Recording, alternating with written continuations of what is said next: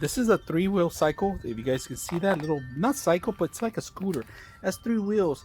Now they do glow at night when they're mobile.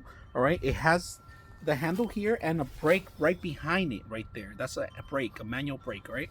It took me maybe 10 minutes to put together, about 4 screws, and then you do have to take out this screw here and put this one in here. Now, if your kid is not tall enough, you could even lower this down. Right now we have 1 here, 2, and then 3.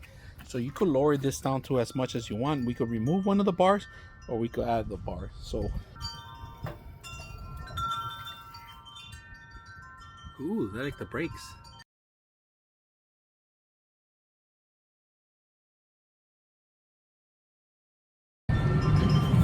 All right, what do you like about it? That, and you can make it shorter if you're too small, or you can make it longer. Oh, how do you turn left and right? So like that? This. So you like push your feet and you push your outside, and you keep pushing back and forth, and it makes it move. Okay, how do you put the brakes on? You pull the lever right here. Oh, right behind. Let me see. Show me again.